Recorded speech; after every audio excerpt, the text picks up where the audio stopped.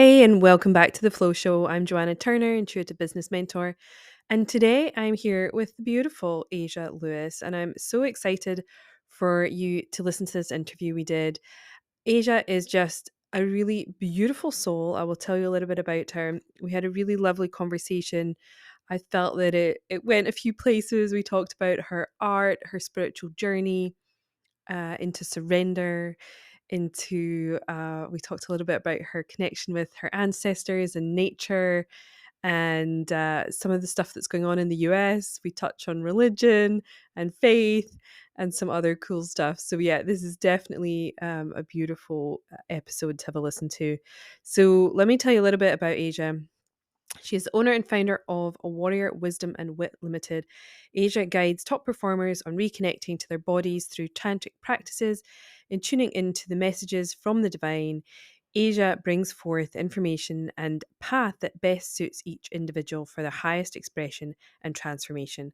For over 10 years, Asia has shared her wisdom in many capacities, working one on one with beautiful beings, facilitating workshops, and as a support coach and facilitator for other courses. She's a certified Akashic Records facilitator, Usui Reiki practitioner, as well as a Cosmic Sexuality facilitator. She has been featured on several podcasts, partnerships, and with other spiritual business owners, and loves to share her knowledge and wisdom on social media. You can find her at Warrior Wisdom and Wit, and I will link that obviously in the show notes. So that is it. Let's dive in, and I'll see you on the other side. Hey, welcome back to the Flow Show. I'm Joanna Turner, Intuitive Business Coach. And today I am so happy to be here with the beautiful Asia Lewis. Welcome, Asia. Hello, thank you for having me. Yay! So I am so excited to speak to you. And um, one of the things I love about you is I feel you have a very old soul. Do you feel like you have an old soul? Absolutely, absolutely. I jokingly call myself a grandma soul. Yes, I feel you're a very old soul. You have a beautiful innate wisdom. And I think, you have just had your Saturn returns. You've just turned 30. Happy Mhm. birthday. And Thank your you. wisdom belies your age. I think that's the right word. And I feel my senses, I feel you're very connected to your ancestors. That is hmm my Very much so. feeling. Yes. And so I want you to share with us a little bit about your story, and we'll start there, and then we'll talk a bit about flow. So tell me a little bit about your background, where you came from, and we'll start there. Well, originally I'm from Michigan. But I live in Texas right now, so I've been here for a little bit. But the journey, honestly, in terms of being in tune, has started. It was more obvious when I was in high school, so like maybe 14, 15. But like in that, I would get like impressions. And so like I would share different things. But funny enough, I've had some experiences that seems like it kind of blocked those things. And so like I would say over the past 10 plus years, it has been unraveling that and kind of just stepping more into myself and outside of the realm of, the things that tend to just block us. So it's definitely been an adventure in that experience for sure. Can you tell me a little bit about one of your earliest memories of being connected to something beyond yourself? Yeah, I it's usually my dreams. And so typically I would get something would just come in. It can be very simple as just awareness or telling me where to go or where not to go. And so in that sense, especially when I was younger, I would just listen to it because if you're like, okay, well, I got that. Let me listen to it. And it just really settled. But I honored it, but I didn't fully nurture it or understand it completely until I started talking to family members and I learned that they also have their own um, gifts in the way that it shows up for them too. So would you say your family, oh, that sounds amazing if your family is open to it. and Mhm. available to help you nurture that. Do you find that it Yeah, was in from different ways. one side more than the other? Like from your mom's or your dad's I would side?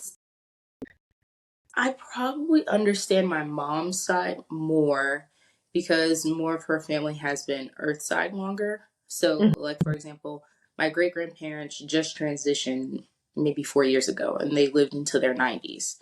So, Wow. like, I had the gift of, excuse me, of being able to, just listen to them and listen to their stories and being able to ask them questions. Whereas my dad's side of the family transitioned before I was born. But as even now, like I ask my grandma and I'm like, hey grandma, I ask her questions and then more things start to come out. So it's a bit of an unfolding. But the funny thing is what I've been learning more realizing is the aspect of which religion plays into um, the comfort of our natural gifts and the way that it's interpreted as like what is divine and what isn't, but all of it truthfully in my opinion comes down to the same kind of approach. It's just like how we look at it. So it's definitely, I would say, both sides, but I understand my mom's side more. So tell me more about what what you mean by the religious part. Oh yeah. Like, Okay, I so mean, it's maybe a rabbit hole, but I'm curious because I feel like there's been a little bit of that coming up for me recently as well, and I always I love a good theme. for sure. So like if anyone's familiar with Reiki and the method of moving energy through the body or being in tune with the energy that's present in different capacities, right?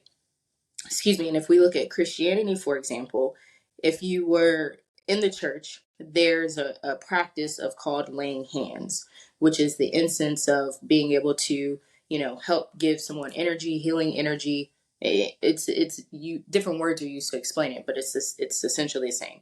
So if someone is having a hard time, if they're sad, if they're working through something, in the church, right? Because that usually feels like a safe place to be able to process it.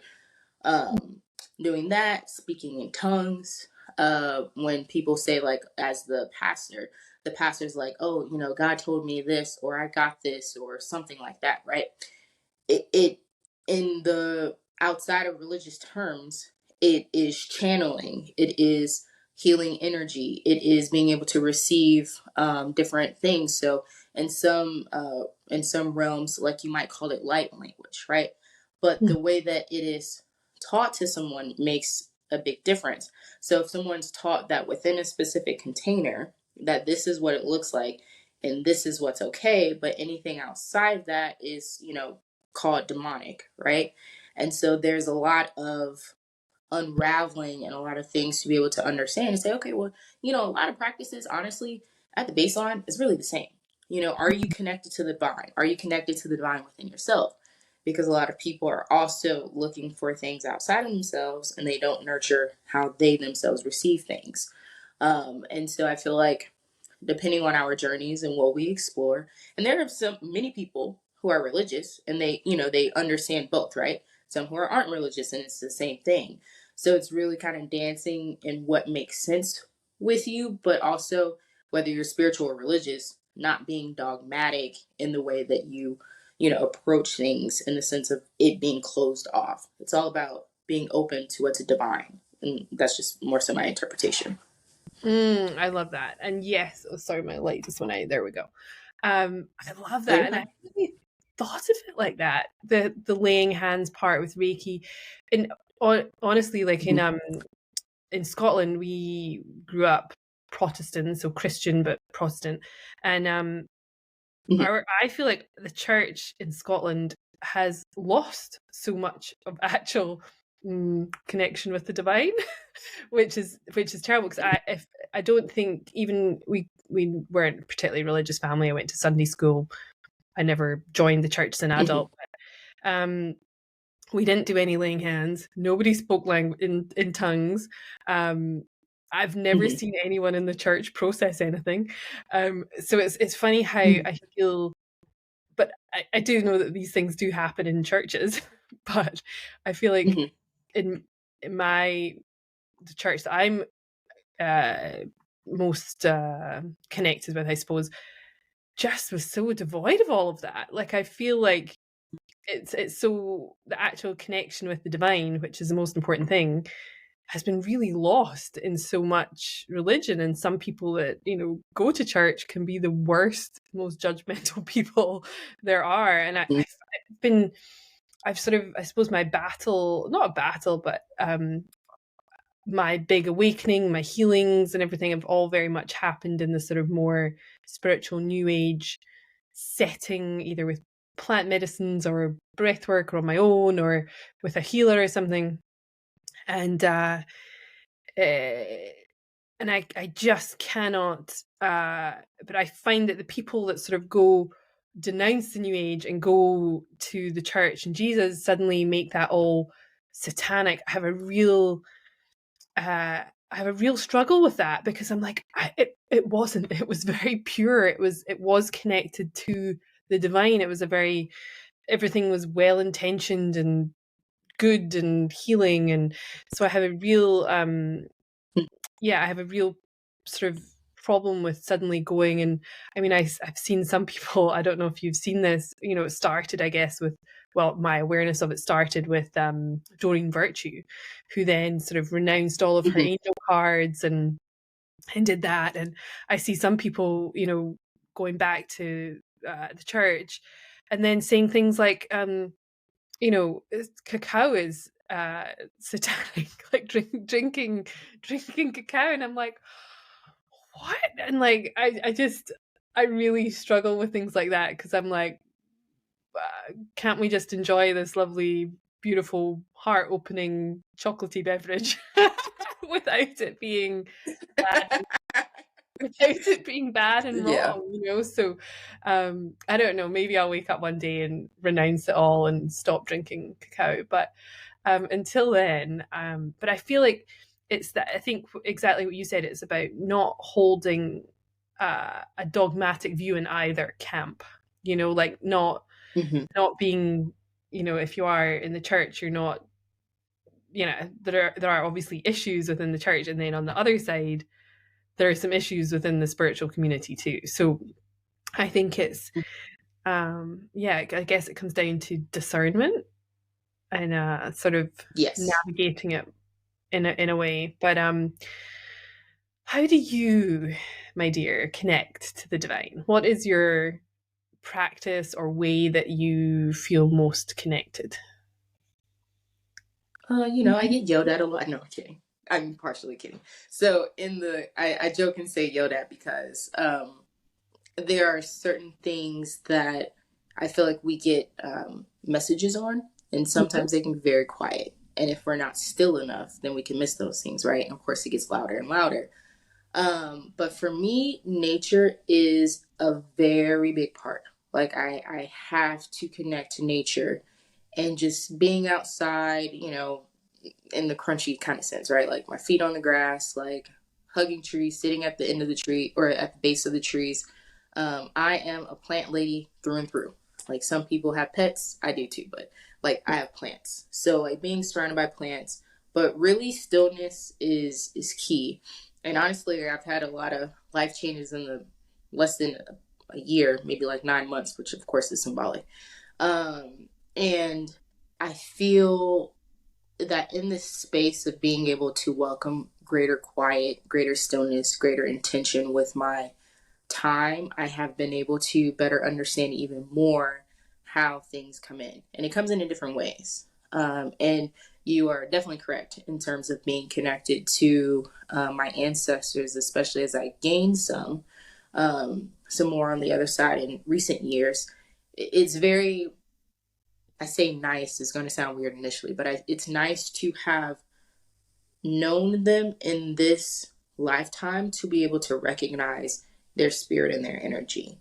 And so that when I do get a visit, I'm able to be able to tell, who it's from, or even just get a sense like, oh, okay, that's in my, great grandmother realm. This is something that she guided me to, like even just being in tune with like herbalism and things like that, being in tune with the earth, because she grew up her family were sharecroppers. So when they moved to Detroit, they bought land in Detroit and they have a garden. So just stuff like that that seems mundane, but like it's so many different ways. But animal messages are huge for me. Like it's just crazy. Like I'll get visits all the time, and last April randomly I saw this turtle crossing the street and I knew it was going to die if I didn't help it because it was really busy. So I got in my car, ran, got this turtle, and I took it to the creek. And then, I kid you not, it was like 2 weeks later, the same kind of turtle, box turtle, was by my back door. There's no water around here. So it's like all kinds of ways. But it being able to slow down and interpret it, and then also not thinking you're crazy, which of course, we do sometimes, right? You're like, was that a sign? So like, I need a sign, you're a sign, so I can know it's a sign, you know? But it's that and all kinds of modalities. So we started working together before with one of your programs, specifically focused more on spiritual business. But when you came out with the Akashic Records program, it was, and I think I told you this before, it was such a state of remembrance. Just so like I'm back kind of thing. And so that has been a huge part of my practice, just in life, honestly, just in day to day. I meditate, I drum a lot, but just tapping into my records and better understanding. And there have been some times where I've seen things closed out and removed and burned, and shifted. And it's incredible. And it's really a gift to be able to, be in this state, especially with us being in, the state of, or the age of Aquarius, and then the United States being in the Pluto return. So being able to have, be more in tune and understand, like, what should we pay more attention to and what should we not? Like, our discernment is sharpened for sure. So it's a myriad of ways, but it all comes back down to just listening, honestly. So I love that. And I feel like you've mentioned something that I feel is really important. And there's a sort of you've been in this work obviously a long time, and there's been a sort of awakening for yourself, and obviously, and when you were in the Akashic Records program, I didn't really feel like I was teaching you anything. It's just sometimes allowing people to, it's just trusting what you're hearing and what you're getting through. It's that connection and really trusting what you're getting. What was I going to say with? Oh yeah, but what I really wanted to talk about was this Pluto return in the US. So we've touched in the podcast, the people that have been showing up, the guests, have strongly been I don't know, consciously, some a little more unconsciously doing their planetary grid work, and bringing the light, being the light in a certain place at a certain time, and coming online at the right time to be in those different places. And I feel like you're one of those beings who is in a place switched on at the right time. So can you tell me a little bit about what you've been feeling in the US in regards to the Pluto return, and what that kind of means to you in your work, and how you're navigating it? Yeah, so many layers. So in the fullest picture, the way I look at, the United States' experience in the past, say several hundred years, has been a focus on industrialization. So like everything, mostly everything, has kind of come in around, like, industrialization has been the nucleus, if you will. And through the structures that we operate in, through corporate or production and all the things, it has focused a lot on systems that are outside of our nature. The systems have been built for functionality, where you can, predict it, replicate it, economics and stats and all the things, right? But when we think about our true nature, so many people are disconnected from themselves because we really haven't been raised in a society to be connected to ourselves. So, we're working on all these objectives, which serves its purpose in the sense of it's all had its place. But we're at a time where, like you said, a lot of people are coming online in the right time, in the right places. And there are a lot of old, or it's a lot of things, a lot of seeds that have been planted long ago that operates in a way that doesn't really dance with our fullness as a collective. And so there's a lot of things that seems like has been coming out a lot more for focus, like entertainment, especially government, just structures. A lot of people, you're taught like, okay, you go down the street, you go to the grocery store, you get your stuff, like bada boom, bada bang, right?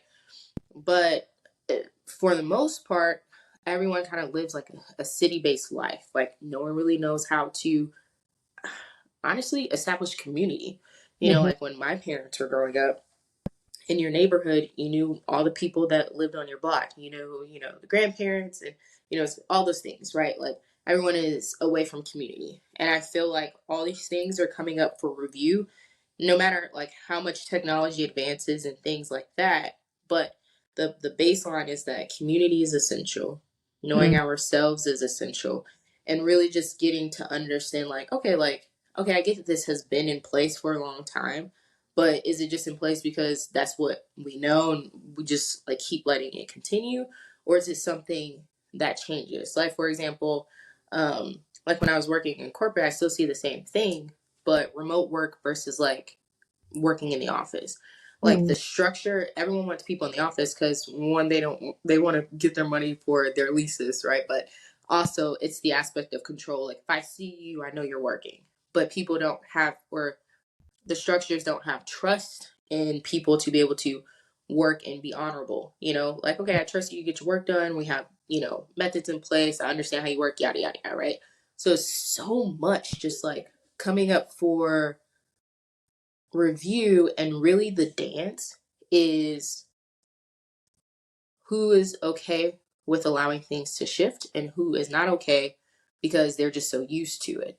And I feel like there's going to be an interesting dance of maybe multiple kind of experiences happening in the same time based on what we tune into. And a lot of it right now is drumming up fear, but I feel like it's more so from the aspect of discomfort because naturally, right? Well, maybe it's not natural, but we're conditioned to fear the unknown. And so Mm. if you don't know, like, okay, if I don't have a 9 to 5, or if I don't do these things, well, what the heck else am I supposed to do? Versus someone's like, well, this is kind of, this is freedom. Let me go see what all the things look like. So Yeah. it's gonna be interesting. I mean, we see it now, just like when you said like people who may have been spiritual and they go back to the church and they now announce everything, or vice versa. It's it's so fragmented, but at the same time, I see the fragments cultivating community. Now, what the community is based off of is varied, but it's gonna be interesting. I would say probably in what's it 2024, at least for another like 10 to 15 years is going to be interesting. Yeah, for sure. And it's really interesting what you brought up there. And I have a post brewing that I've sort of started writing the last day or two. And it's exactly about that, about how some people are going to dance with the change and some people are going to resist it Mhm. and have a much, much harder time with what's coming. Um, Obviously the US is being particularly activated, um, and Mhm. yeah, it's going to be interesting, and it's really hard as well.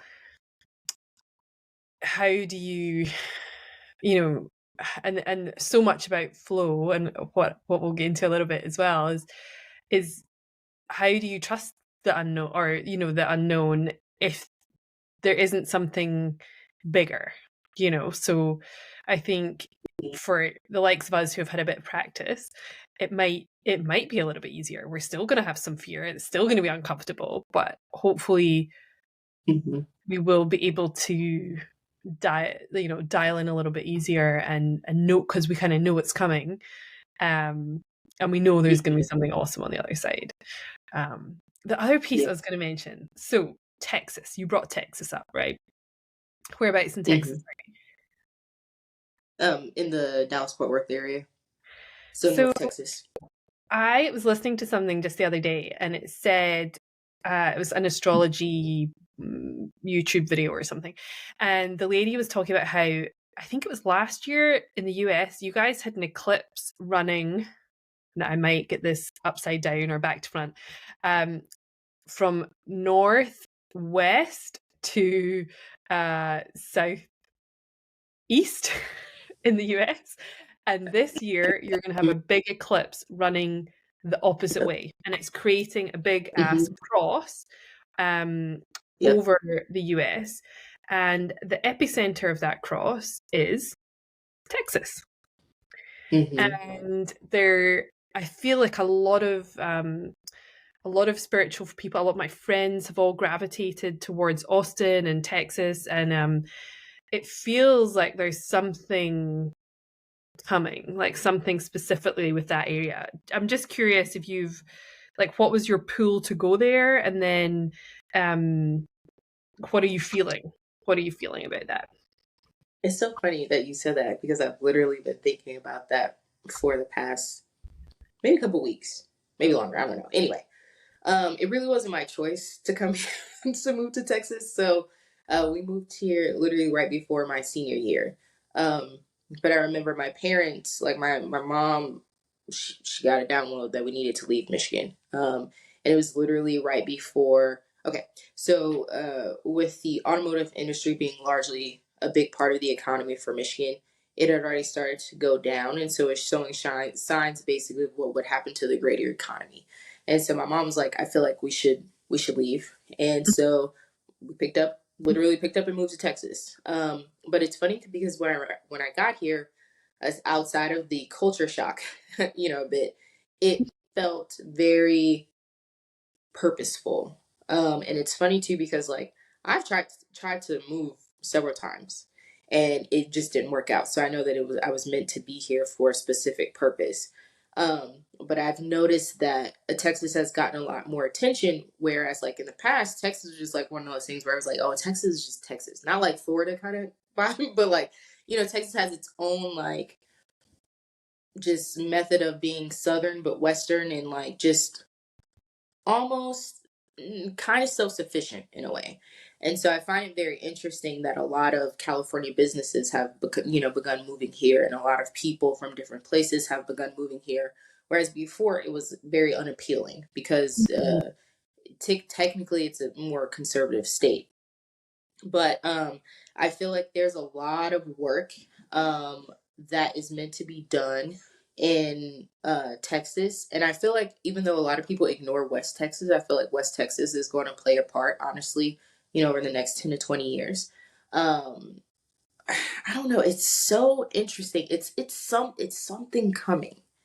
And what I'm not sure of is if it's more of like just greater focus in the energy of the people that are here and the shifts that are to come forth, but for it to be have more attention from the astrological standpoint. Yeah, that's word. And then like just like all the attention like in so many different ways. It's very peculiar. But I actually did my astrocartography, and I can't remember which one of my lines runs through here. My Saturn line runs through Austin. I wanted to move to Austin, but then I said no thanks. But there's a lot of there's a lot of I, I'm slipping on the word I'm looking for. It's very ripe to be able to create community here, and I feel like Mhm. a lot more people are willing to create community, like for the most part, depending, and there are certain areas because Texas is also the South, right? But like in the grand scheme of things, like most times everyone is pretty chill. Like no one really cares of like, your ethnic background or even your um economic status kind of thing. It has the yeah, honestly, it has the space to be just community. Like you have people who come here and they're like, oh yeah, cool, like come into the fold, like welcome into the fold, and you have a different level of vibing. It's almost like people come here and they find their soul family, but they may not recognize that they're finding their soul family. Mm. Uh, I don't know. It's gonna be interesting. I feel like it's gonna land pretty soon, but it's interesting. Yeah, that's really interesting. I got chills, by the way, when you said that your mom had got the download and moved to Texas and you were supposed to be there. So that Hmm. was, I love them. I love those moments. The hints that I was getting from what I sort of have been tuning into is that, and interesting that you used the word self-sufficient. I think that's the words used anyway. Talking about it is that it might literally break away and become its own entity. Um, who knows? Who knows? That's I believe the astrology supports that. So we'll see. That would Yeah. be pretty huge, actually, and certainly, that would really speak to the US's sort of Pluto return, that kind of energy of, yeah, that would be pretty major because I feel like there's rumblings, and obviously I'm not on the ground. I haven't been there since February 2020, so I got out just before things started shutting down. Actually, I was supposed to be there longer, then go to Costa Rica for 2 retreats, um, and I got this massive well, I broke down. I was bawling my eyes out, but I just knew I had to leave early and go home and back to Australia, and Hmm.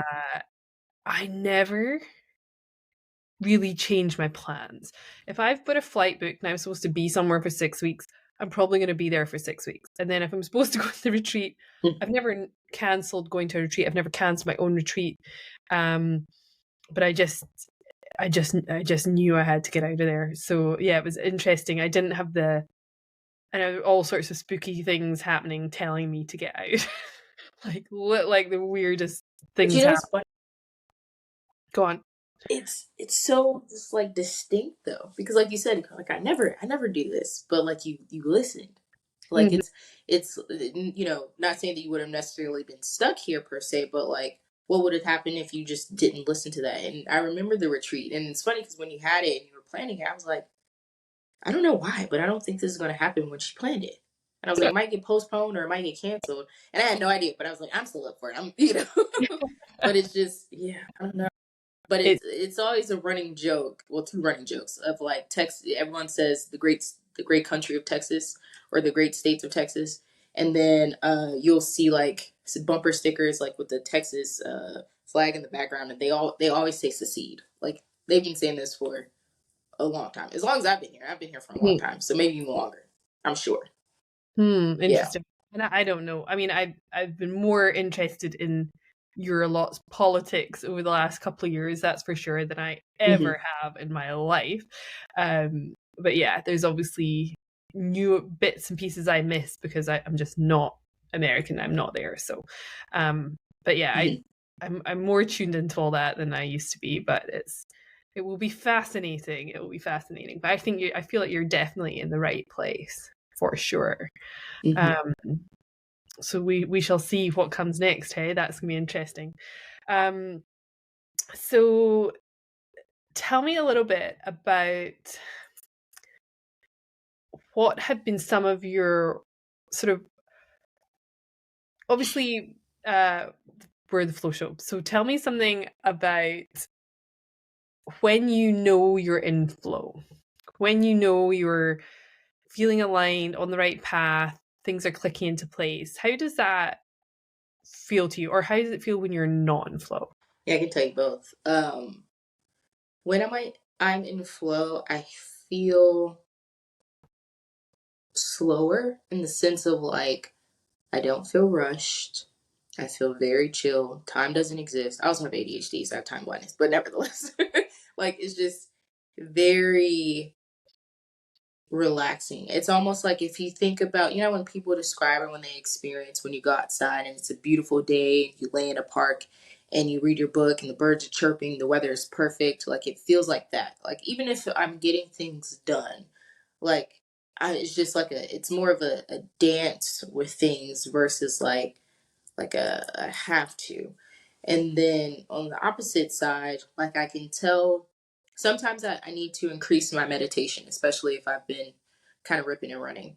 And I can tell because I'm like, I feel a lot more in my head about things. So like, okay, I gotta do this, or you know, I get a lot of ideas, but they kind of like all flow in at once. So it's like, okay, hold on, let me relax a little bit. Let me take a time. So um, I feel like there are different signs that happen, and then I also understand what I need to do to remedy it. So it may look different at different times. Sometimes, excuse me, like yesterday, I just need to go to the gym and I feel better. Or sometimes it's more of like dropping more into my body and dancing, or I need to paint or something. Usually it's creative or movement related. Sometimes I just need a nap, honestly.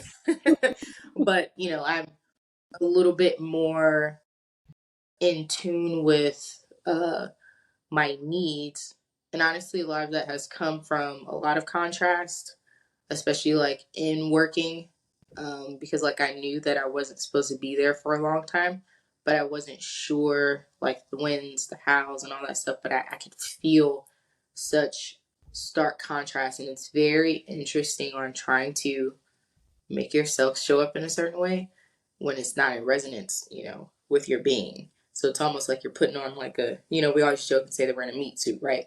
But you're like putting on another one to try to operate in this weird functionality. Honestly, I would say through those experiences, a lot of it just came like, I'm tired of this. Like I'm tired of giving my energy. Like, what do I need to do to heal my nervous system? What do I need to do to nurture my nervous system? And there have been many times where certain things probably would have freaked me out in the past, like in work experiences, for example. And maybe it should have, I don't know. But I just got to the point where I was like, okay, like I'm gonna do my best, I'm gonna try my best, but I'm not gonna let it stress me out. Like it's not gonna mess with my sleep. I'm not going to, you know, lose my appetite or whatever. So it's Mm. just understanding, those things and actually embodying these things and also doing them and not, shoving them off, because really it's choosing my wellness over, some type of other objective or something. What have been some of your most impactful like healing experiences or even modalities that you've used to try and heal your nervous system? Largely painting. That's a big thing. But the Akashic Records for sure, in the sense of getting guidance on how to navigate different things. And even if it is a sit still and do these things, um, move the energy out of my body. And a lot of times I do use Reiki and movement at the same time. Like when I'm doing it for my clients, usually they're still, they're probably sitting in a chair or laying down or something. But for me, um, I know for me, movement works. So it might be slow dancing. Like for some, it may look like more somatic movement, but like it's more of literally like a flow through my body and being intentional about releasing things. And honestly, um, on the simpler side, doing so like when I'm washing my hair and taking a shower. Mm. That helps with releasing so much, and also being more aware of like shielding myself if I'm going out to like busy places like concerts, crowds, things like that, and also learning to, wash that energy away. So kind of like just daily maintenance, if you Mhm. will, and also understanding like where I release. So we all have different release points, different ways, right? Like some people may hold things in their shoulders, their neck, their upper back. Sometimes for me, it's my hips, but I release through my feet a lot. So sometimes I can tell if I'm releasing when the temperature of my feet changes, because like sometimes you're like, oh, your iron might be low because your hands and your feet are cold, but it's Mhm. never that. It's always my feet that's like moving. So really like being more in tune with my body, being able to tell what's off, helps me understand energetically what it's tied to as well. Ooh, that's interesting. Oh, you said something there. I was like, "Ooh, hang on a second." Um, and it's totally escaped my brain, but that's okay. It'll come back to me or it won't, and that's okay. We'll stay with it. Oh, what was the I don't know. Because one of the things I did actually, not that this wasn't the question, but this is what we're going to talk about next. uh, And it's sort of in line because one of the questions I'd asked you before we started, and one thing I really, the piece that I really liked about what you shared was um, about when you work with people that you, wait a minute, let me see, I did write it down. You teach them their individual language of energy and flow. And I think that's really what Mhm. you just sort of explained, your individual language. And how have you found that different people have different languages? I just like the word language. I don't think I've ever like sort of heard it explained like that. What is Yeah, it's what? almost like a love language kind of, but Mm, like more specified. And I think honestly, it started in a way that seems unrelated, but not. So when I was in high school, I used to volunteer at a middle school to help children who needed a little bit more help with their work. So some people were dyslexic, some people were on the spectrum, a myriad of things. And I knew how things were explained to me, and sometimes it didn't make sense. So I knew that when I go in there, I'm like, I'll give them a problem or something, and I would give it to them just so I can see how they work through it. I'm like, okay, now perfect. I know how to explain it to you. And that's what I would do. Because, like, the nice thing is we were able to work, it's a classroom full of people, but we were able to work one on one with people. And subconsciously, I think that stayed with me because everyone had, even if we're all doing the same kind of thing, it resonates differently. So I've worked one on one with a lot of people because it's given me the opportunity to expand that. And some people are more action oriented. Other people are a lot more in tune than they may even realize, truthfully. Um, and it's really about listening and feeling into what they're saying and then also what their soul is saying. And a lot of times, honestly, some people, their divine team is there, a lot of their ancestors. And so I get like indicate or impressions from them on what to share. And you can just see and feel like when it clicks and it sticks, because some people will say like, oh, I'm still doing the thing, or I've figured out other ways that like work for me, or even through my work or different things like that. And it's very, I don't know, I love it just to be able to see that, it not be a blanket thing of like, okay, go do this thing and see how it works, yeah, I love that example, and it's so. I always say like find the thing that works for you, right? Because we're all on these Mhm. different journeys, and somebody's gateway into the next thing is going to be different from yours, and it's different from mine. And for some people it starts with dance and then it goes to something else, and then it's it just depends, and that beautiful journey, and um following the breadcrumbs. I remember what I was going to ask you. Mhm. It was about it was about your art. So tell me about how you connect and you heal through art. Would you say it's art therapy, or it just feels like that, or Absolutely. yeah. Absolutely. So, um, I've been painting since 2011. I've been an artist all my life. I've been drawing and I used to play the violin and all kinds of things. But when I was in college, I had a couple really bad car accidents and it left me in a lot of pain. I didn't sleep very well. And, but I ended up having to stay in school. That's a whole nother separate thing, which ended up being good for me. But, um, I had to take art credit, and it didn't make sense to take anything related to drawing because I knew how to draw and knew how to draw relatively well. So I signed up for a painting course, and my painting instructor, the professor, he's like, "Yeah, I can't teach you how to paint. I can only teach you how to tap into what your expression is." And at first, that was confusing as hell because you're used to instructions, right? But then it was also very liberating, and I was able to process my grief and uncertainty and pain and all that in just full expression without necessarily having to have it look like something. Because he's like, I just want you to show up and show that you're working through something. And it's really stayed with me because like because I'm actually in my art room now. But like even now, like I'll come up here and I'll just, just relax. And a lot of times because I'm in a state of flow of just letting things come out however it wants to without, a specific objective. Like I might have like colors that I feel in tune with in the moment, but I feel very relaxed and I get messages or guidance and different things like that. And sometimes just like comfort. I call it like a hug from the divine, in the sense of being able to be expressive. And like I look at my, artwork, and I can see different things of, curiosity, or just even things that are just kind of flowing in and wanting to like be expressed. And a lot of times, like I feel like, when people explain like, how do you say it, transcendental meditation, like Mhm. I don't feel like I'm like, just painting. Like it feels very like a deep meditation experience that's transformative. So it's very funny where, a lot of people have things that they may do that really speaks to them, and they think like, oh, I'm just, doing martial arts. I'm just doing blah blah blah.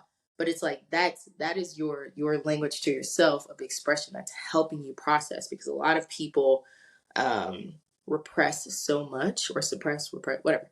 Anyway, it's so much that gets stuck within that doesn't get released, and they don't understand that's how, different things develop. So if they had at least one thing, even if it's just going for a walk, then that would help them so much, and it unfolds other things as well. Mm, absolutely. I heard somebody say, uh, the piece about the art, and I paint a little bit as well. Um, Mhm. I'm probably a little bit too judgmental of my stuff, and I don't maybe let loose quite like I should be, whatever. I'm always trying to make it look like, like I want it to Mhm. look like the thing I'm looking at. I'm always trying to be a bit too literal with it. Um, I've done a little bit of experimenting with more, paint pouring and things like that, but I always feel a bit Mhm. like I haven't tried hard enough, or something. But that's more of the story of my life, probably. Do you ever sell your work? I have actually. So I've been featured in some galleries, and I've sold some like paintings privately before. But honestly, in the last time I showed something was like 2017. And so over this past year, I've been painting more, and I spoke to a couple galleries to get in there. So one of my focuses this year is to tap into just, letting it call to whomever it's meant to. Really. Mhm. I feel like as well, part of the work and our work, and maybe through the art as well, is that is the coding and the messages that are in your work, Yep.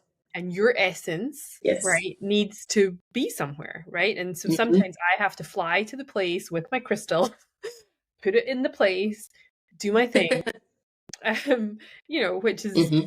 exhausting. But part of your work, I feel like, is within your art, and it needs to go to the place, to the person, and then to go to the specific place that it's supposed to go to, right? Um, Hmm. I feel like there's something there for you, well, for everybody, but your work is part of your, like, the bigger mission, you know? It's like, yes, Hmm. it's a personal piece, but it also feels like it's a bigger piece. And I'm having this crazy story, a flow story come to me that I haven't thought about in the longest time. Um, can I share it with you? It's not like, it's not big, but Oh, of course.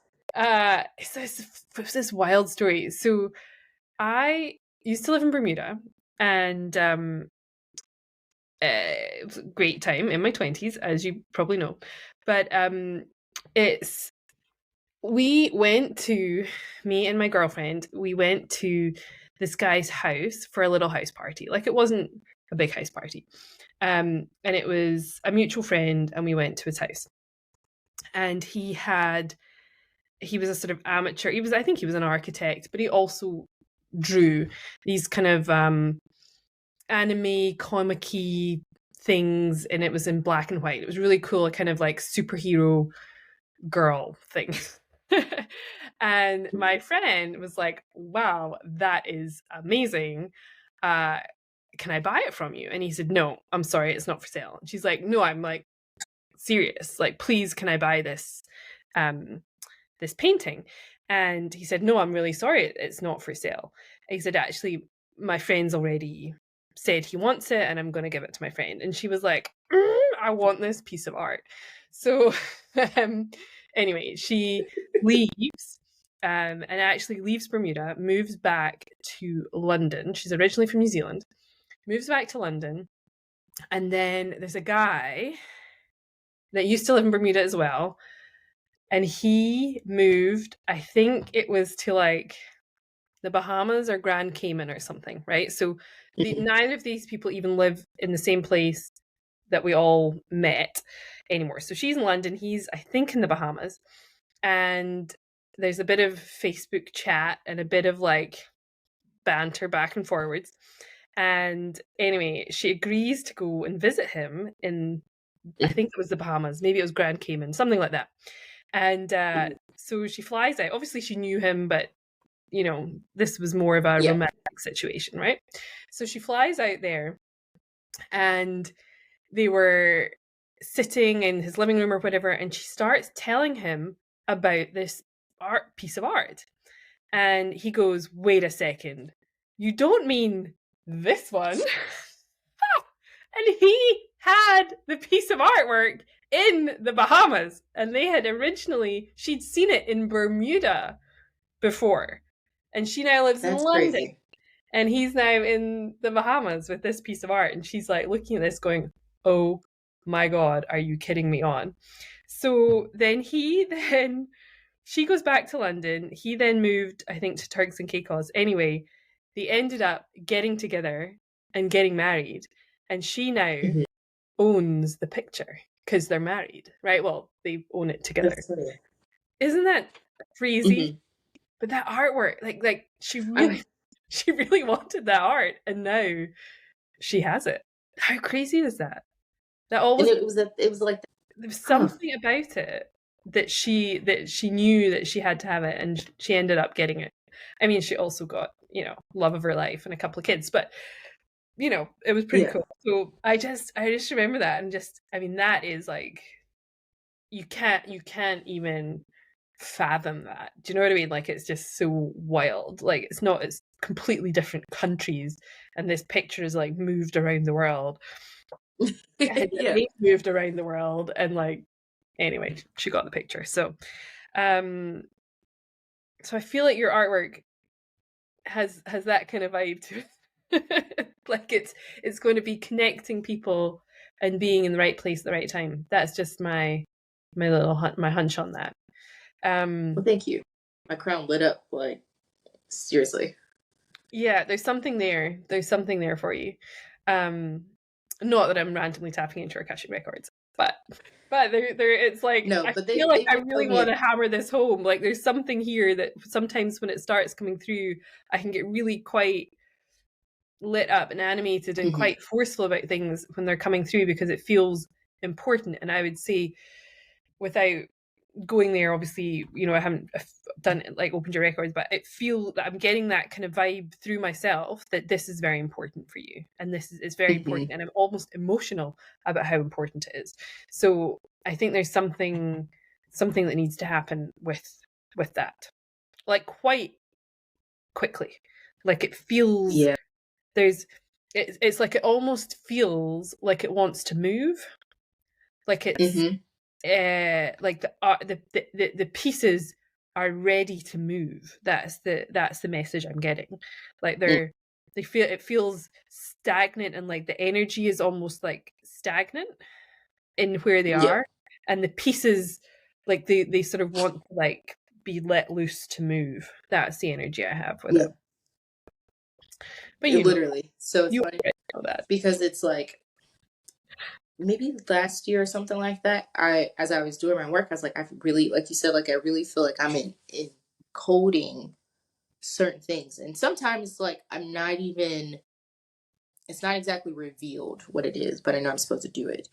And I mean, honestly, right now, well, truth be told, so like a lot of my paintings used to be, I mean, some of them are still stacked up, but a lot of them were stacked up against my wall. My parents are like, you have beautiful paintings, like either work on getting them in a gallery and or put them on the wall. So most of my house is decorated because I have my paintings on the wall. But to your point, like it feels like they're like the time is now, and it's more a lot of it me pitching myself and allowing myself to be seen through my work, because like initially I didn't share my work with anybody. It Mm. felt more like a diary Mhm. expression, and now it's like you can express yourself and still be able to let it live, and it almost feels like grid work in its own way, Mm. like, but That's more with people. yeah. It needs to go and do the work and send the messages. It Mm-hmm. feels like it's there's it's hard to just sort of describe what I'm seeing with it, but it feels like it needs to move. Like it's sort of Mm-hmm. like that sort of pressure cooker thing, like the energy in wherever Yeah. you are, it feels like it would be quite intense and almost overwhelming in that space. And I think, and Mm-hmm. it's like you need to sort of let it go and it needs to move, which will then give your space more space to let more come through. And I feel like Mm-hmm. once this sort of like some of the personal stuff has already come through.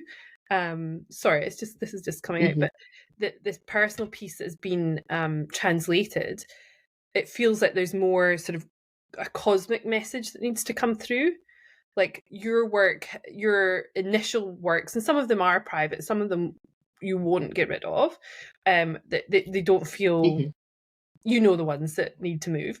But there's more of a Mm-hmm. sort of a higher energy coming through that is going to be translated into your future works, and they need to move. But it's like you need to get rid of the stuff that's there to let this next level of information come through.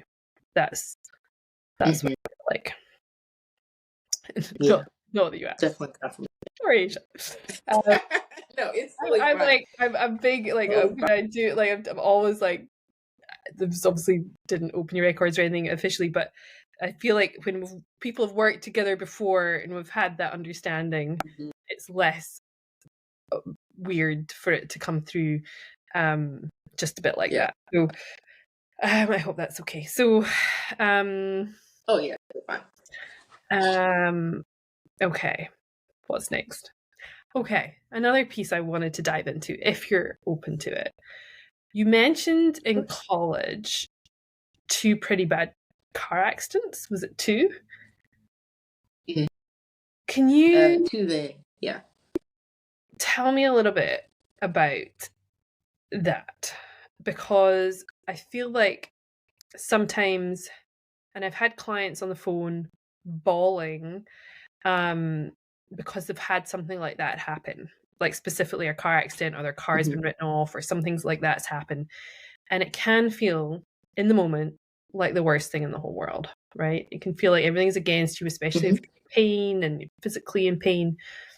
What is what has been your experience being able to look back on that? Um, what were they for? Why did they happen? What were the lessons or the pieces that have come from that? Because I'm sure they're. I mean, I don't know. In the moment, they maybe didn't feel like that. I can't. I don't know. Hmm. Tell me about that. I'm gonna start backwards actually. So, or forward, whatever, we'll figure it out. But in 2022, beginning of August, someone T-boned me on my driver's side in my car. And at Wow. first it was like, I was like, oh, okay, it doesn't feel, bad or anything like that. And it ended up being that I had some injuries where it literally it quite literally put me on my behind. And so it was interesting going through it at the time because I had different support. One from having like knowing like different tools that help for me, but it also helped me advocate for my needs more. Mm, So I was working at the time, and so I had to go to the doctors, all the things, right? And so my doctor's like, you need to go on medical leave. And so like previously, I honestly probably would have freaked out, like, okay, well, how do I navigate this and all the things? And I was like, yep, sure do. Sign me up, please, because I cannot, I can't do these things. And so like even though like work can feel like an aspect of security. I feel like that was very much the catalyst of really, I don't want to say testing, but like really having me slow down. Like I've been working on my nervous system, but like it really came like at play at that time of like, okay, how are we going to navigate this? How are we going to process? How are we going to, do all those things? And in that time in that time and space, like I really was even more in tune with my body. And it feels like it showed me a lot of one, like how I'm employing these things, but then also where I'm supposed to be and how. Because, like, for example, the next several months was really weird after I came back to work. And even when I got laid off from that job, like, it wasn't like oh my God, like freaking out. I was like, yeah, I already knew, but I knew what was best for me. So it really like tuned me into my spirit. And so at the time, especially with the first one, it was very difficult because it was like trying to function and also take care of myself at the same time. And really, it was just like, honestly, the biggest lesson at the time was like one step at a time. But the big lesson between the two of those was we set out to control things, but there really isn't an aspect of control. It taught me a big level of surrender, Mm. even though I wasn't sure what that looked like and what that meant. And it was like being okay with things not looking like how I envisioned in order for me to do what needed to be done, which was really take care of myself. So, for example, I used to do really, really, really, really well in school. Like I had like a 3.7 or something crazy, right? And so like that's what we're taught, like do well, you do well in life. My grades were terrible because my professors were not supporting, and it was a whole bunch of things. And so it was really like, okay, are you going to still hold the vision, but also put you first and be okay with it being what it is, like releasing perfection in this instance, and then also learning to care for yourself. And because they were like 15 months apart, it was very interesting. Like the second one for sure, like I really learned to take care of myself in a physically in a different way, but then also like learning. But there was a point where I was very apathetic at best to life, because like when you're in that much pain and you're not sleeping, you're not really having the opportunity to like regenerate, right? And Mhm. so honestly, painting was kind of that thing that allowed me the space to tune more back into myself and into life, because before I was just functioning barely, you know. um but a lot of the big lesson was control, and I remember it still weighed on me for a long time, because was it 2017 when we were in Sedona or something? 2018. Ye- 18, early 18, because I remember I was still going to stupid San Antonio.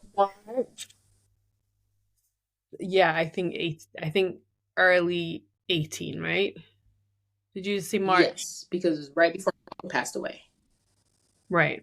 And when I say stupid San Antonio, the city of San Antonio is not stupid. It was just the experience I was going through. But yes, and I remember I can't remember what the specific practice was that you had us doing, but I was telling the story and I was crying, and it was just like it released, and then I finished, and every single one of you just looked at me, and y'all were like, "Your face changed," and I was like, "I feel lighter." Like I was able to get it up out of me. Like I feel like there were bits and pieces, that released, but like that moment then, like it really shifted a lot of things, because like I very easily could have went back into that place, when the most recent one happened. Mhm. But like thankfully, I didn't experience PTSD this time like I did at that time, or all the other things. And Mm. so it's very like, yeah, was it unpleasant? Greatly. But like I knew it was just different.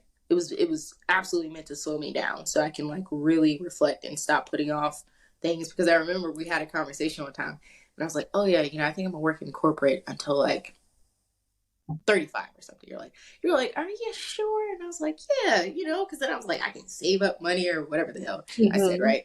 And then sure enough, how I was 30. I was 30. No, shoot, You're 31. currently, I was 31 when I got laid off. I don't know. Hmm? Anyway, yeah. So have you not just turned 30, right? 30. 32. Oh, 30. Oh, okay. I thought it was your. Oh, never mind. I was like, I thought it was your Saturn return, but that's, well, it's the whole period, isn't it, really? From like 28, 29. Yes. So I closed it out technically on calendar last year. It Oh, retrograded, but yeah. oh, gotcha, gotcha. Um, so I remember that moment in Sedona when your face changed. It was like, uh, Yeah. it it was I think the first time I've ever experienced it, like right in front of me, someone's face, like Hmm. releasing the trauma, and something, your face sort of relaxed, became more open, but there was this like Hmm. physical change, and it was wild. It was really cool to see. Like, we know that your things are happening and things are releasing, but that I'd never witnessed that before. I've seen it since. Really? That's it. In that moment, I think it was the first time, also because it was in person, because I've done so much of my work was Hmm. online, and then obviously we were at Hmm. the in-person retreat, and so to see that happening in person, and people have had releases obviously before, but the face change is something I hadn't Hmm. witnessed myself, I don't think, until that moment. That was really cool. um and I do also remember you telling me about the 35 thing. I was just like, You were like, oh, okay. okay. um but but at the same time, something that I'm sort of more aware of is like, whatever your timeline is going to be your timeline. Like, I feel like, I don't know how you feel Absolutely. about it, things are uh, a little, there's a element of choice. We always have, I feel like we have choices, but there's also Absolutely. some things are predetermined, and we can't, I feel like we can't override some of the timings of things, and that's something that um I've been learning with flow, is like, we feel like we should be in a different place or further along, or having done X, Y, and Z. But if you were supposed to have done it, you would have done it. Right? If you were supposed to have done it sooner, you would have done it. Or if this is supposed to have happened, it would have happened.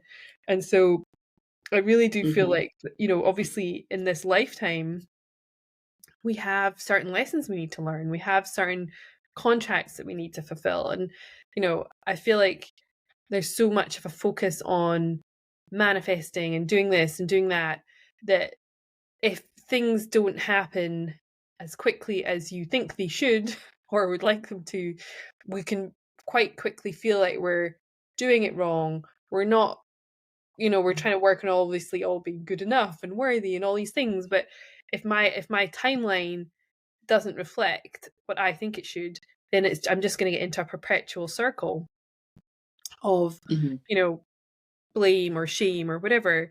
And uh, there's actually, if you look into astrology and all this kind of stuff, there are cycles, there are times for Yeah. this piece, and there is a time for that, and there is a time for, doing all these things. So I think, yeah, there's yeah, we can't rush these things sometimes. So Hmm. regardless of what we think we want or need. But yeah, I love that we're constantly learning these things. But so, looking back on these three car accidents, right? So the two when you were in college, and then one more recently.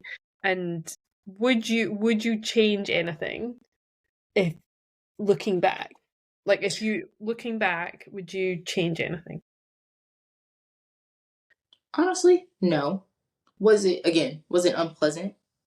Very much so. But there are so many things that I have a hard time measuring, but there's such an aspect of which my soul has been fortified. And also, like, there have been people that I've worked with who have had various experiences that are traumatic.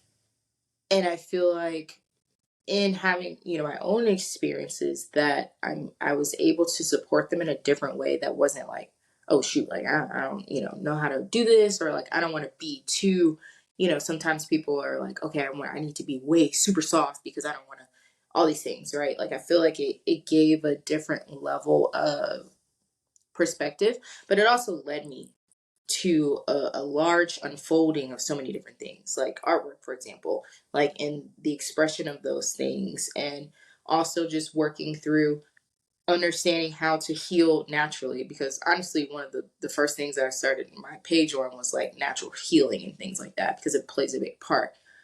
But every single step led me to the next step, and it's been always this beautiful unfolding, and it never feels like punishment or anything. Like, sure, at the time I was like, damn, this is kind of extreme, but like it's an aspect of like, okay, am I is it a lesson in the sense of something that I haven't done per se, or just in general, like different things, or is this like something where I'm meant to experience it, but I also know that I'm going to be fine? Because like even this last one, I'm like, the ones from before were like way worse. I know I'm gonna be good, like I know these different Mhm. things.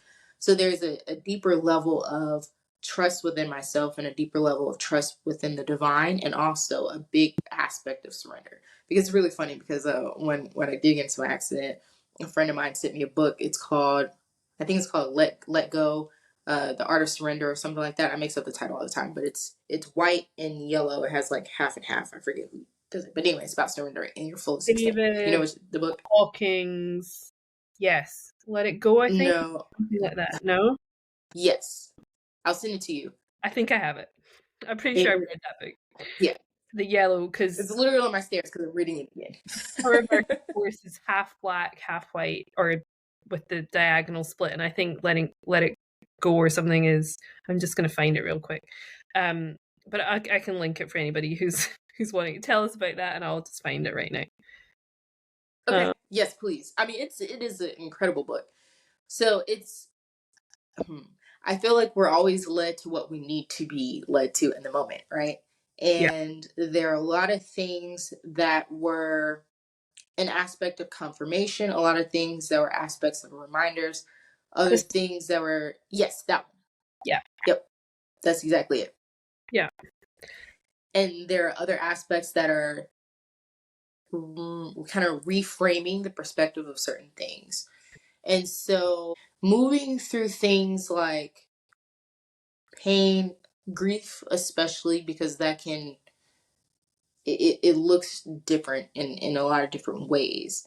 But then also learning to relax, and like you said, letting things come in the time. Like obviously do your work, right? Like if you're being guided to do something, do those things. But allowing things to unfold in the ways that it's meant to, and also honoring that. Because like a lot of times we get so focused on our objectives or the things that we want to see, that we miss that in between of the journey, right? Like if you're able to relax into those things, you also learn and come into yourself and come into so many things throughout that time. And so being able to learn a different aspect of surrender has been, I don't know, incredible. I feel like the nervous system work unfolded even more into surrender. There have been times I've been through some life changes, and I'm like, you know what, God, I'm cool. Either way, I would literally be like, I'm cool. Either way, I'm relaxed. Show me what I'm supposed to do or what I'm not supposed to do, or whatever. Like whatever's supposed to look like, just show me. I'm cool either way. And when I'm like that, it it just it comes out so beautifully. I'm like, oh, okay, I get it. Like I get it. Or like sometimes we're like, okay, like if I were to plot, like, hey, I want to like move to Montana tomorrow, and then I get shown like, oh, no, not Montana. You can visit or whatever, but like your the thing that was coming to you about Montana was this. And you're like, oh, okay, now I get it. And Mhm. then sometimes it might be, you should go and do blah blah blah. And you're like, okay, I don't know why, but I'm doing it. And then you do it. You're like, oh, okay.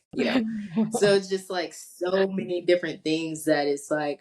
we can definitely get in our own way for sure. I mean, I get my own way plenty of times, but Mm. like it's the having that awareness and being able to understand it, you know. And when you say, "Oh, okay," like I'm thinking too much about this, like let me relax into it, and then when you do it, you can tell it, you know, you can tell the difference. So it's been a journey, but that's the long-winded version of saying no. I wouldn't change anything.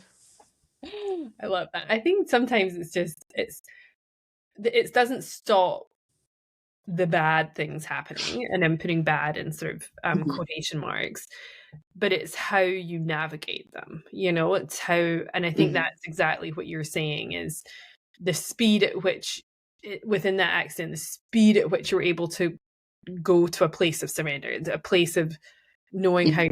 knowing how to heal your body, all those kind of things. It's I feel like there's Mhm. a speed in, like, often things, something will happen and I'm like, oh, interesting. I like calling things. I'm like, ooh, I didn't see that one coming. And then Right. what am I supposed to learn here? Right. And I feel like I can go much Yeah. faster to what am I Mhm. supposed to learn? You know, what is this what is this for, as opposed to, Mhm. trying to fight it. So I think that is such a key piece in living in flow, is being able to do that. And the reason I was asking about those events specifically is because when they happen, it's so easy to feel, like, sometimes people are victims, of course, but to be in that energy maybe for a little bit too long, or to not be able to snap out of it, Mhm. or to not be able to see, another higher perspective. So it's really beautiful, and that you were able to get that. And that book, I will try and remember to link it below, but it was called Letting Go: The Pathway of Surrender by David R. Hawkins. Mhm. It's a great. I've listened to an audible audiobook, Mhm. because it's 12 and a half hours long. But I love Yeah. Hawkins, and his other book, Power versus Force. I think I'm going to go do a whole Yes. podcast on it, talking about it, because it was such a profound, and this book as well. I remember being a little bit frustrated with this book though, because it was almost too simple. I'm like, what? I'm just supposed Yeah. to lean into it and just like let it go? Like what? Like I was like when I read it, I was kind of like, oh, this is so annoying. Because sometimes, if I Yeah. had something going on, sometimes my mum would say, can you not just let it go? And I'd be like, no. Is that a mom thing? Because my mom said that sometimes. She's, oh, just don't let it go. Don't let it No, bother you. it You're really like, okay, like, hold what's your problem? I'm trying to deal with all my childhood trauma that you caused me. I can't let it go, like, and so I'm like, like, this is not that, but like, and so when I read that book years ago, I was like, oh, how can I just let it go? And I remember being quite frustrated with it. So maybe I'll go back and revisit that. But yeah, his books have had quite, in different moments in my life, quite profound on. shifts and changes and learnings for me. And I love that your friend gave you it. I mean, that's a good friend to give you Hmm. that For in sure. that moment. I feel like that's a really nice way to end with this beautiful learning and the surrender.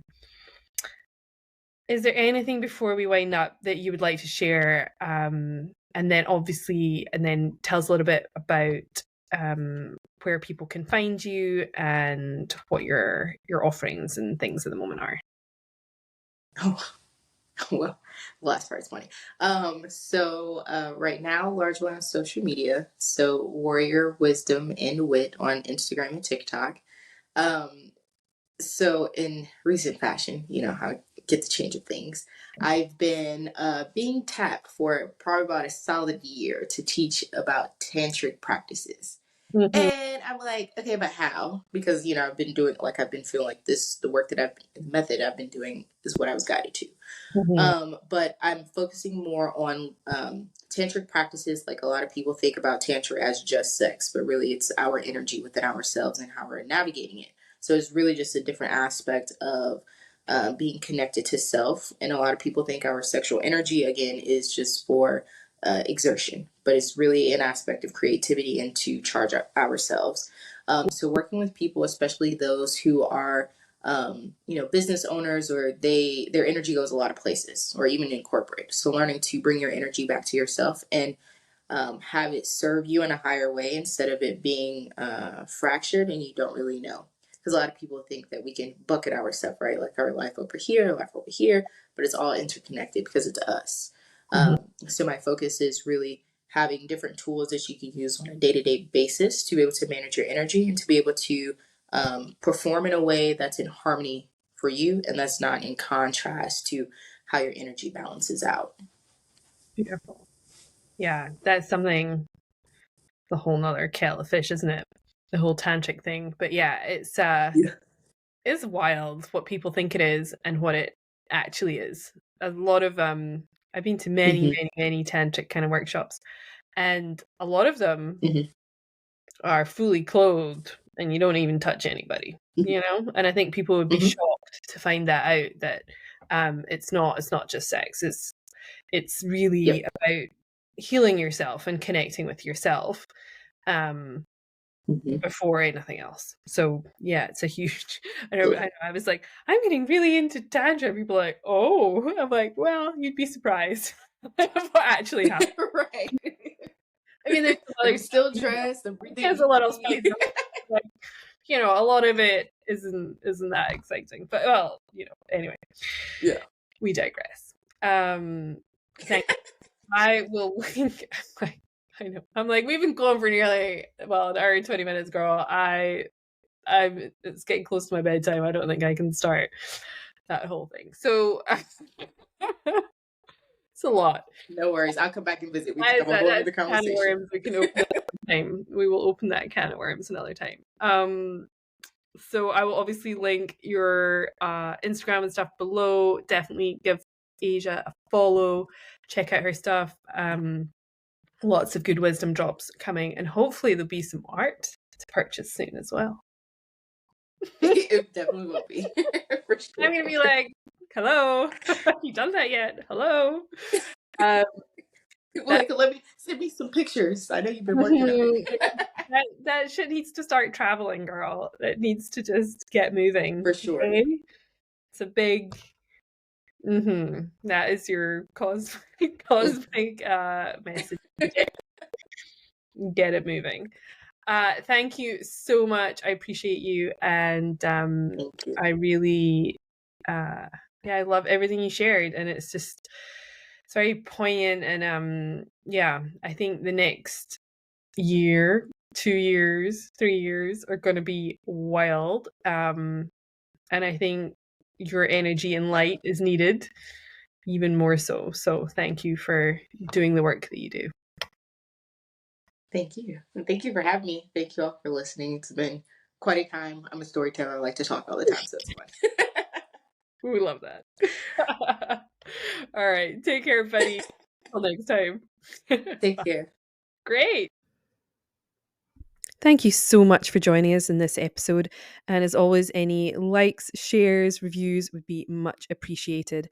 During the episode, we chatted briefly about how Asia had done her Akashic Records practitioner training with me.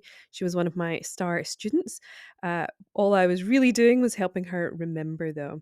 But I do have my Akashic Alchemy training back open again. Level 1 is all about opening your own Akashic records. I'm going to do a whole episode on exactly what the Akashic records are. But if you have been curious, I will pop a link in the show notes as well, and you can check it out. It's really a beautiful, intuitive training that is useful for anyone that is already a coach, a healer, a mentor. It really works beautifully alongside other practices and skills. It's really about honing your connection to the divine, trusting the information that's coming through, how to be really discerning. Level 1 is really about opening your records for yourself. You can obviously do them for other people. Level 2 is more about getting into doing readings for other people as a business. And level 3 is more about really facilitating deep healing within the records. So I've been very grateful to have brought through my own Akashic Records method. After deep meditation for a couple of days, it popped in. And that's what I teach in the course, along with a combination of lots of other things I've pulled in from all my other different trainings to make it really well rounded. But level one is available. That's obviously where you want to start. It's taught over a 30-day period. So, really, it's one chunky lesson a week. And it's a really uh, beautiful training to really give you a start if you want to start to open up to some of these things, give you some more confidence in working with people, trusting your intuition. And yeah, if you're curious about the Akashic Records, I would definitely check it out. And if you have any questions, please let me know. I'm more than happy to answer anything and help you get started in it. Definitely check out the other. I will be doing an episode very soon about all about the Akashic Records in more detail. But if you're curious, you can get started already. All right, thanks, guys. Speak to you soon. Bye.